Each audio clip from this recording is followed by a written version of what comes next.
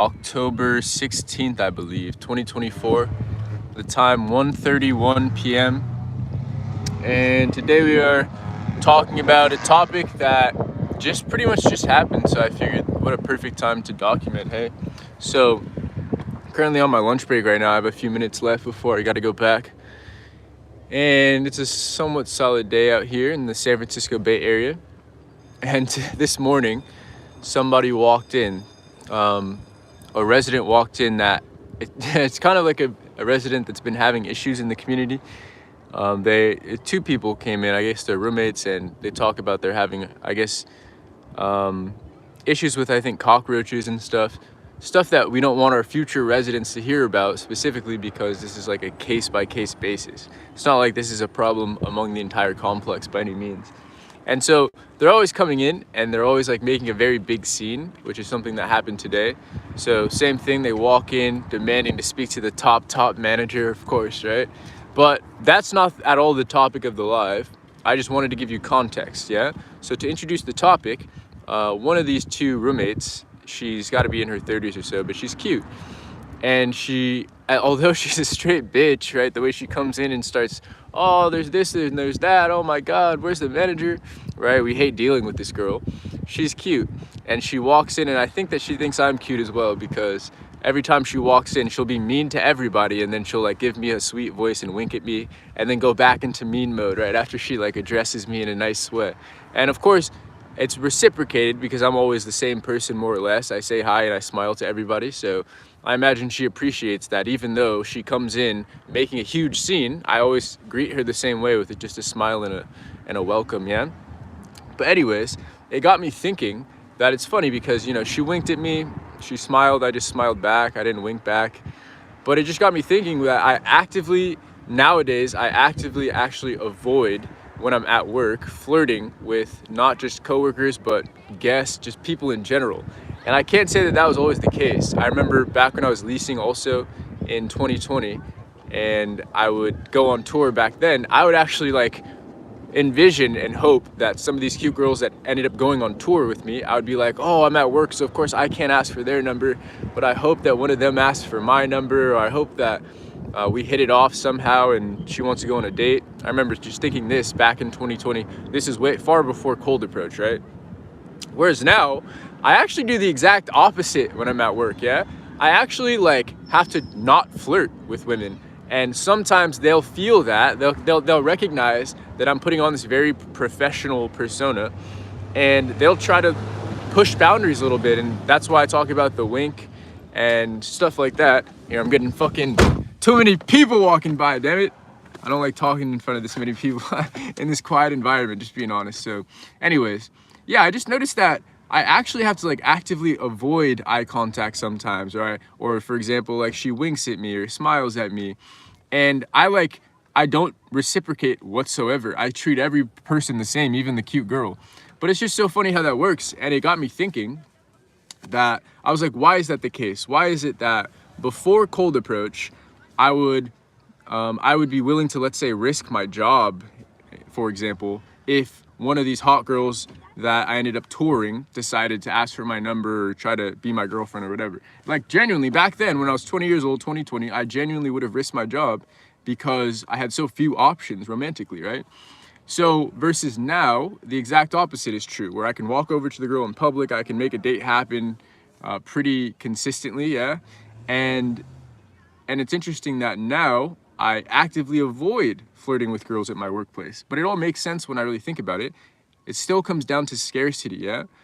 So the scarcer version of Ephraim back in 2020, who is struggling to get a date, yeah, for months at a time, months on end, that version of me was willing to take bigger risks and, well, as far as like workplace risks, right? I was willing to put my job on the line because I had so little activity with women, let's say outside of work, right? So what I'm saying is like, since the women department is taking care of for me outside of work, right? For example, I walk over to the girl on my day off, we meet on a Thursday, she's, oh, I'm going out of town tomorrow, we should go out today, we go on a date that day, right? This has happened multiple times. I've even documented this on my channel in live streams and videos. I've showed you text threads, right? So this version of me has no fucking problem lining up a date. This version of me has no issue with scarcity anymore, right? So now I can take my foot off the gas in these other scenarios. So for example, at work. So I am literally like, it's so funny. I almost like turn myself into a platonic person when I'm at work on purpose, right? And this happens all the time. I'll have a tour where let's say I'm touring a girl or I'm touring a couple, and it's like a guy, but his girlfriend is just smoking hot, right? And it's so funny. Now, to be fair, back in 2020, I wouldn't have risked that, right? I still would have been very professional if I was touring a couple, for example. But same thing applies, right? In this case, I'm able to just be composed and be professional and treat them like any other people, and not have to force this like flirty energy out of scarcity, right? And so, yeah, I figure that's kind of an interesting topic. Yeah, it's like, how many of you guys are trying to force things or even hoping that things will happen with your coworkers? How many of you guys you have like a customer facing role wherever you work, and you do find you're like, oh, here's another example of me doing this. Is I remember during COVID when I got laid off from my first ever sales job, I ended up working at a grocery store, local grocery store. And same thing applies. I'd be stocking the shelves in the grocery store, but if a cute girl happened to walk down my aisle as I'm stocking the shelf, and sometimes they were just shopping around, sometimes they're doing Instacart, any of this, I would like conveniently spark up conversation, and then sometimes I actually did end up back then I would ask for their Snapchat, and then sometimes I would ask for their number. And it actually did work. I actually got a few Snapchats and numbers. Nothing came of that except my long-term girlfriend that I moved in with back in 2021. Aside from that, nothing came of any of those times where I was shooting my shot in the aisles of the grocery store. But it's just funny to think about how even in that scenario, I bet if my manager at the time, my supervisor, whatever, had heard me flirting and hitting on the girls, hitting on the fucking customers and trying to get their number, I imagine that would not have played out well, yeah? I can't say the grocery store would have fired me like this job would, right? But I imagine it wouldn't be a positive, yeah? And it's just funny, like, so that's why I posed the question to you, like, I wonder how many guys out there are trying to force things to happen at work, and I wonder if they recognize that the reason they're having to try to force things at work is because they're maybe too afraid to make things happen outside of work. Yeah, it's just a interesting question to pose. Yeah, I wonder how many people relate to that. But because that was certainly my reality, and it's funny because then I became a programmer, right? And that's when I talk about I actually felt more lonely than ever when I was making six figures as a fresh 22-year-old. Yeah, I felt more lonely, and it's because I was working fully remote, right? And so I was working fully remote. I also could not line up a date because I didn't know how to cold approach yet. And so basically I wasn't and of course, because I was working remote, I wasn't commuting anywhere into the office. So I wasn't passing by nearly as many people on a daily basis. And plus I didn't even fucking know how to cold approach. So it didn't really matter anyways. But at least before, when I was going into work, there were more opportunities that sometimes I would be courageous enough to capitalize on. For example, girl walks into a grocery store that I'm working at. Yeah. But working remotely, I was just in my house. I wake up 8 a.m., shower, working 9 a.m. to 6 p.m. Maybe I went out to the Safeway around the corner at 12 for lunch, but it's like that was the only time I even left my apartment. Yeah, I left my room, matter of fact. And then I would be back in my desk until 6 p.m. and then usually wouldn't go out back then. It was me and my roommate at the time. So it's like, that was when I felt the loneliest because I didn't even have work as a crutch to try to hit on girls, right? So, I mean, this is every story and every live stream I do is just a roundabout way to get to the point, which is cold approach fucking rocks. Yeah, this is the key, man. I can only say it so many ways and tell you so many stories. Yeah, this time the story that I shared was, look, I can just be fucking chilled out at work. I could have girls flirting with me, winking at me at work, and just keep a fucking stone cold straight face and or maybe give them a smile, and that's it. Yeah, it's like, and I could apply zero pressure. I can, like, same thing, I'll have them try to flirt with me, and it's like, wow, if this girl even offered her number to me, I wouldn't even take it. Yeah, or maybe I would take it and just throw it in the trash. I wouldn't even risk, like, getting into trouble at my workplace for any girl at this point. Yeah, it doesn't even matter if how smoking hot she is. And that's just an interesting statement, yeah, because I couldn't have said that a few years ago. A few years ago, she just had to be above a certain threshold of hotness, and I'd have been like, well, fuck, I haven't gotten laid in months. Yes, let's do it. Fuck my job anyways, right? And now I'm like, I wouldn't even risk a whole lot, but it's because of the skill set, yeah? We always have to remember that it all comes back to cold approach. It all comes back to your ability to get over your fear, more specifically. Cold approach just represents that, yeah? That's one way to represent it. Your ability to get over your fear, face your fear, walk over to the girl even though you're scared, present yourself even though you're scared, yeah? Let your brain improvise on the spot even though you think you're not capable.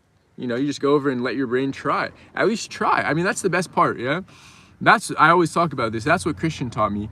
He just taught me how to try to go over to the girl, how to try to get a date. He didn't teach me how to get a date. He didn't teach me how to, oh my God, how to be so great at cold approach. He taught me how to try, how to attempt. And you attempt enough times, you get better. You attempt enough times, you get results. That's just math. That's just how this works, yeah? People love to break it down analytically. That's all the math you need. You go in for enough approaches, you, 1, get better at approaching, and 2, eventually find a girl that likes you. Yeah, it's absurd to think that out of the X billion number of women on this earth that are of age, yeah, that are within the age range that you would want, it's absurd to think that 0 of them would like you back. What an absurd statement. Just how you are, just right now. Non-looks maxed, non-money maxed, yeah, just like me. Non-fucking finance maxed, I'm non-body maxed. It's absurd to think that there are 0 women on this planet that would like you back, yeah? So now it's just a matter of finding them, yeah? Finding them. And all self-improvement is in widening the net, yeah? Now more women will be attracted to you because, oh, now you have X, Y, Z maybe. But I mean, at the end of the day, you can still compensate for what you lack in any of those areas with courage and consistency. Courage and work, pretty much, yeah? You walk over to the girl, she doesn't like you. You walk over to the next girl, she doesn't like you. You repeat, that's all, repeat. And then eventually, oh, that one liked me. And then it just changes your whole fucking reality. You go, wait, so I could have just been doing this the whole time? That's genuinely what I think all the time. I'm like, dude, I could have been doing this when I was 15. I could have just been walking over to girls at the school dance and walking over to, you know, I mean, obviously it wouldn't have been this blatant, but, you know, if I was 15, I would have probably just like, if I had come across this at 15 years old and actually believed in it, I probably literally would have just like gotten some of my friends together and gone to the local mall to hit on other girls my age, yeah? And I would have been fucking killing it back then because I was already playing football, I already had a good look to me and stuff. I just didn't know. Yeah, I didn't know what was possible. I didn't know that I was allowed to try this, and damn, it's all about access, boys. You boys know, yeah? So, oh, I think my root beer's on the roof. Hold up. Oh, shit. It is. Damn. I need that. All right, apologize, boys. Spend $3 on this root beer. Not gonna let it go to waste. So yeah, that's what I had to talk about today, pretty much. Yeah, it's just crazy to be in this position, man. That I can literally not flirt back. Here's a better way to put it. I can pick and choose when to flirt now. It's almost like a few years ago, I just didn't really know what I was doing. I just was unequipped. Yeah, it makes sense. And now I have such a good grasp on it. I have such a good grasp on like how I'm coming across to people because I've been in so many conversations at this point, right? I've analyzed so many fucking conversations by being in them that it's just nuts that I can pick and choose literally when to apply pressure, when to apply flirtiness, and when not to. It's like girls, dude. That was another part of this topic was when I was thinking about doing this live a few minutes ago, I was like, what I wanted to talk about also is that it's kind of like girls. Because this is what women would do to me for the first 20, 21, 22 years of my life and I didn't understand it, right? But it's like some girls, if they liked me, they had this entirely different energy. And now I know this as flirting, right? I know this as, oh, the girl's just flirting. But I didn't understand what it was at the time, right? Some girls, rarely back then, would have this energy where they were just so into me, it felt like. And then every other girl was just like very platonic with me, right? And so we talk about like walking past a girl, for example, and she makes very strong eye contact with you versus walking past a girl and then she like blatantly avoids eye contact, maybe looks in the other direction as she walks past you, right? Not a big difference if you think about it like overall, But if you think about it, like if you zoom in a little bit, you think, wait a second. So if she directly looks me in the eye, that means she had to make the conscious decision to do that. She had to consciously decide not to look away when she easily could have, right? Maybe she gives you a little smirk to go with it. Versus if she's looking blatantly in the other direction, she consciously made the decision, I do not want to look at this guy, I want to look this way. So it's just crazy to think that like I'm applying the same tactics nowadays, right? Nowadays, the girl comes into the leasing office and I'm like, she's cute, but it is what it is. I'm not going to be flirting with this girl. And so if she's trying to hold my gaze for a little longer, or she's trying to, like earlier today, gives me a wink, it's like, I just look the other way. I just smile and I look down and I get back to my busy work. And it's funny that I'm applying the same fucking tactics that they are doing too, all subconsciously, right? This is all subconscious, but it's just nuts to think that now I could even like register that, right? Before I would have had no idea what was going on, but now it's like, oh, I can pick and choose too. I can pick and choose how long I stare, yeah? I can pick and choose how soft I smile, how I sound with my delivery of my voice, and it's just very interesting stuff. All stuff that you can improve upon simply by doing, right? Simply by getting into more conversations. So I'm just rambling at this point. Does anyone have shit to talk about, or I'm just rambling about my life at this point? What are we talking about? We got no serious comments. Oh. Okay. Recovering Simp says, what's up, Ephraim? I did my first approach after watching your vids. Unfortunately, she acted like I wasn't even there, LOL. Yeah, I mean, that sounds pretty standard, dude. I don't know. Did you expect me to, like, be completely blown away by that? Because that sounds very standard. That has happened to me hundreds of times. Sounds about right, yeah?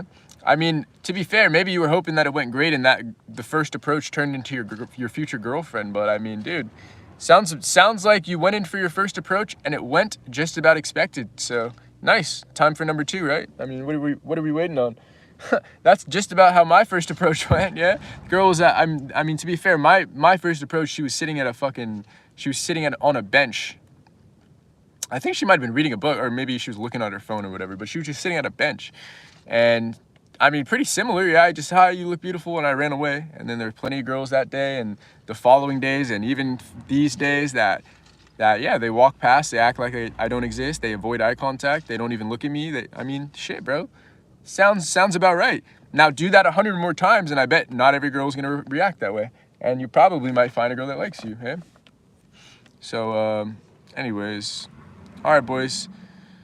I only got a few minutes left on the break, so if nobody has anything else to talk about, I had one more topic I texted myself. Let me see if I can remember.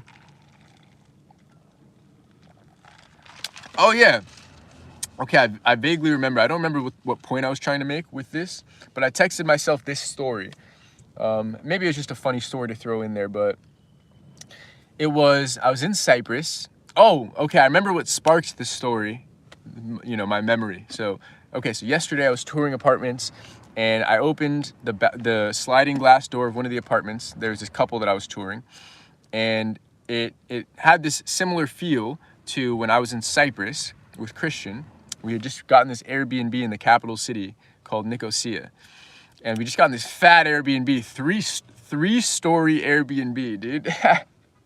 I'm not even playing. It might be 4-story actually, if you count the basement. All right, so you know, the first story was just stairs. Second story was the first bed and the kitchen. Third story was the second bed and it had its own bathroom. And then fourth story was the rooftop, which we did a few live streams on. Damn, good times, man. We were balling back then. That's back when I was making my programmer money. That didn't even cost us that much. But anyways, so the tour yesterday, I opened the sliding glass door. I stepped out onto the balcony with the couple that I was touring, and it had a similar feel. I looked down to when I was in Cyprus, and we had just gotten to this Airbnb, and we opened the sliding glass door to the balcony, right? So Christian he got his haircut that day, and then while he was doing that, I just went and started approaching with the GoPro. And I remember I walked up to this girl, gorgeous girl, have no idea, I can't remember where she was from.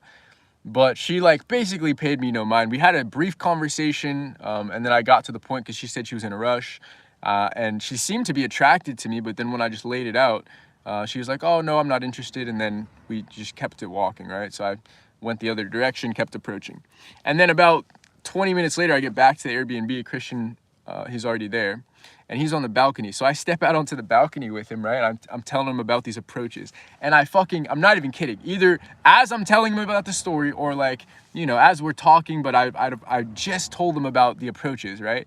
As I'm telling him, oh yeah, I approached this girl. She actually seemed into me, but when I asked her, oh, you're in a rush, let's just exchange contacts, she wasn't interested, blah, blah, blah. And I swear, the same girl comes walking around. She just turns the corner. The same girl that I had approached and I'm telling you about, she comes walking around the corner, turns the corner, and looks up and glances up as me and Christian are just laughing, talking on the balcony, right? So she's looking up at, this has to be the third story, right? She sees this fat, fire-ass, brand new Airbnb that we're in. She sees that we're all dressed nice. I'm with Christian, so that's a good look. You know, the guy's in a blazer, just got his hair cut. I'm looking nice. I'm on the balcony, right? And we look down and I make eye contact and I look at Christian, I go, that's her. And he's like, what? And I'm like, that's the girl I'm talking about. That's her. Like, that's the one I just approached. And we look down and she looks up and we literally make eye contact. And then she gives us a little wave and a wink. And I'm like, oh, hi, blah, blah, blah. Right? Trying, like, briefly making conversation as she walks past. And then I look back at, and she's all smiling now this time, right? Super smiley, super flirty. Who knows? Maybe it's because Christian was next to me. You never know. But the point is, it was just so funny to think about how, you know, at first when I walked over and I was this complete stranger. Oh, I do remember the point now. I'll tell you at the end. I remember that it was interesting that, yeah, I was this complete stranger. She cared nothing about me. You know, maybe she even thought that I was cute, but didn't even care enough to give me her phone number or anything. But then once she saw me on the balcony and she saw me with my friend and she saw that we're having a good time and it looked like we were balling, right? Because we had the most expensive spot in the fucking town square. You know, these Americans, or at least an American and a fucking Englishman. And it's just interesting how the energy immediately switched, yeah? All of a sudden she was flirty, winking, waving, walking, talking, and it's just, you know, this is all in the span of like 7 seconds as we're watching her walk, you know, from this end to that end. And I'm like, Christian, that's her, dude. That's her. That's the one. And we're joking. We literally talked about this in the moment. He goes, like, guess she missed out, right?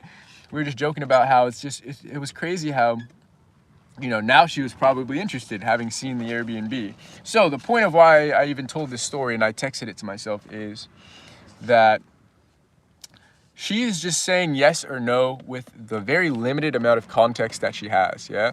So to this guy's point, right, recovering simp, the guy says he just did his first approach and she didn't even acknowledge him. Dude, I mean, first of all, it's your first ever time. This is your first ever time doing a new skill. You should expect for it to go very poorly. Yeah, so that's the first thing. It's like you should expect that the first time you take a shot with the basketball, it does not go in the hoop. You should expect that, right? If it goes in, it's a miracle. It's like, what the fuck, you're a natural, right? So you should expect to not be good at this at first, right?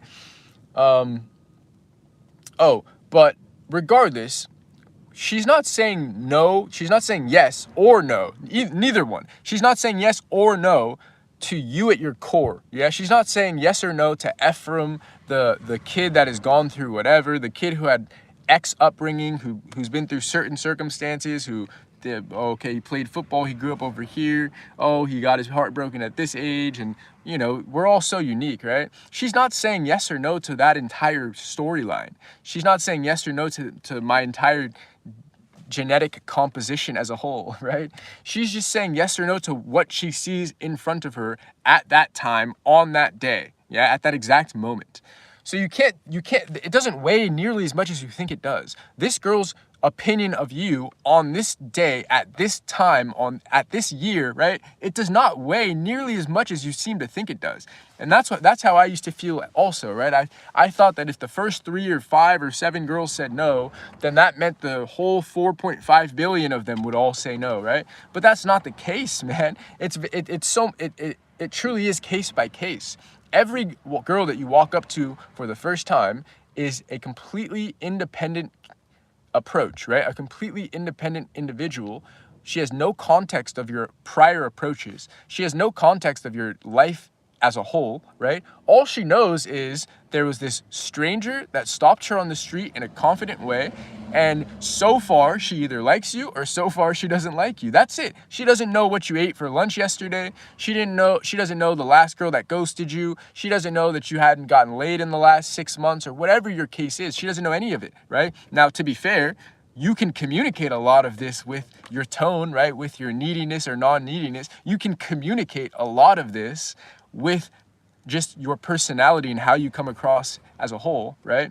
You can communicate a lot of it, but the point is that she doesn't know any of it, right? She doesn't know any of it for a fact. She just goes off of how she feels in that moment, because that's the most logical thing to do in the moment, right?